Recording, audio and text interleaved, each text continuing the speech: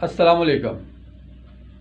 دوستو، ماشاءاللہ اللہ کی رحمت اور برکت سے لبریز ساعتوں والا مہینہ اپنا پہلا عشرہ مکمل کر چکا ہے۔ اب دوسرا عشرہ شروع ہو چکا ہے اور جہاں عبادت میں ہمیں زیادہ سکون آ رہا ہے، مزہ آ رہا ہے، ہم زیادہ لطف اٹھا رہے ہیں، وہیں ہر گزرنے والے دن کے ساتھ آپ کی صحت میں بھی انشاءاللہ بہتری آتی جائے گی۔ لیکن ایک چیز آپ نوٹ کیجئے گا کہ شروع میں دو چار پانچ چھ روزے ہوتے ہیں،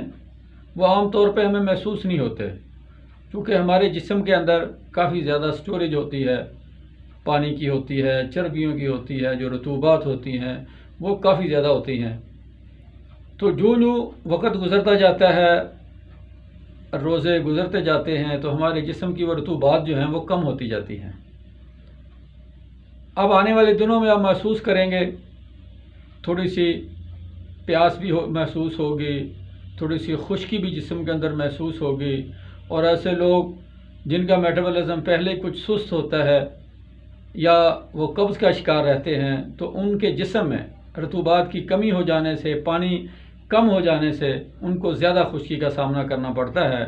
اور ان حالات میں قبض جو ہے وہ سامنے آتی ہے۔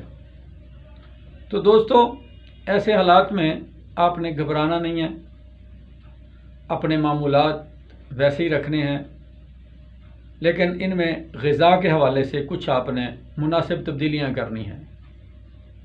ایک تو یہ کرنا ہے کہ افطاری میں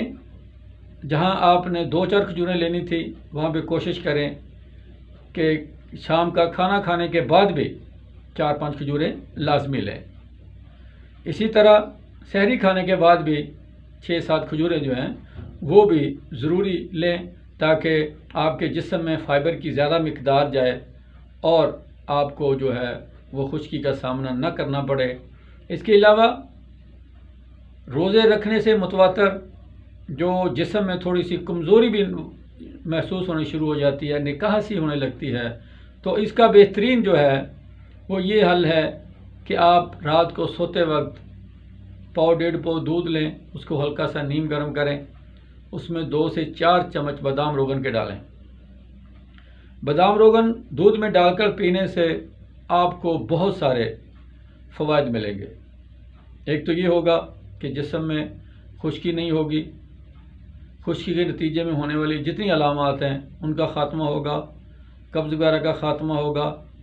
لیکن اس سے ہٹ کے آپ کو اعصابی طور پہ، دماغی طور پہ، جسمانی طور پہ آپ کو تقویت ملے گی، آپ کو کمزوری نہیں محسوس ہوگی، آپ کو نکاہت کا سامنا نہیں کرنا پڑے گا۔ اسی طرح افطاری میں پپیتا جو ہے اس کا لازمی استعمال کریں۔ پپیتا انتڑیوں کے لیے اللہ تعالیٰ کی ایک نعمت بے بہا ہے۔ پپیتا کھانے والے لوگ جو ہیں ان کی انتڑیاں بہتر انداز میں کام کرتی ہیں، ان کو قبض وغیرہ کا مسئلہ نہیں ہوتا، اور ان کا میٹابولزم جو ہے وہ بھی مناسب حالت میں اپنی کارکردگی کا مظاہرہ کرتا رہتا ہے۔ اسی طرح انگور کا اگرچہ آج کل مکمل سیزن نہیں ہے، تو جو کشمش ہے یہ انگور کی نعم البدل ہے۔ ایک بڑا چمچ دوپہر کو کشمش کا بھگو کے رکھ دیا، سحری کے بعد یا افطاری کے بعد وہ آپ کھا لیا کریں۔ اس سے یہ ہوگا کہ جسم میں توانائی بھی آئے گی، فائبر بھی ملے گا، اور آپ کو قبض کا سامنا بھی نہیں کرنا پڑے گا۔ اسی طرح جو لوگ دہی استعمال کرتے ہیں سحری میں، تو وہ دہی میں 1 چٹکی زیرے کا شامل کر لیا کریں۔ جب ہم دہی میں زیرہ شامل کرتے ہیں تو قدرتی طور پہ تھایامین جو ہے اس کی افزائش ہوتی ہے، اور تھایامین وہ عنصر ہے جو انتڑیوں کی کارکردگی کو متحرک کرتا ہے، ان کو بہتر کرتا ہے۔ یوں آپ ایک جو ہے کیا کہتے ہیں، آم کے آم گٹھلیوں کے دام، ایک پنتھ 2 کاج بھی کا فوائد حاصل کر سکیں گے۔ آپ دہی بھی استعمال کریں، اور اس میں تھوڑا سا زیرہ ڈال کے، ایک تو دہی کا ذائقہ بہتر ہو جائے گا، اور اس کے ساتھ دوسرا فائدہ یہ ہوگا کہ ایسے لوگ جن کو دہی سے کوئی خدا نخواستہ کوئی الرجی یا جیسے کھانسی زکام ہونے کا خطرہ ہوتا ہے، زیرہ ڈالنے سے وہ بھی ختم ہو جائے گا، اور سب سے بڑا فائدہ یہ ہوگا کہ آپ کو جو قبض کا مسئلہ ہے اس سے آپ کو چھٹکارا مل جائے گا۔ اسی طرح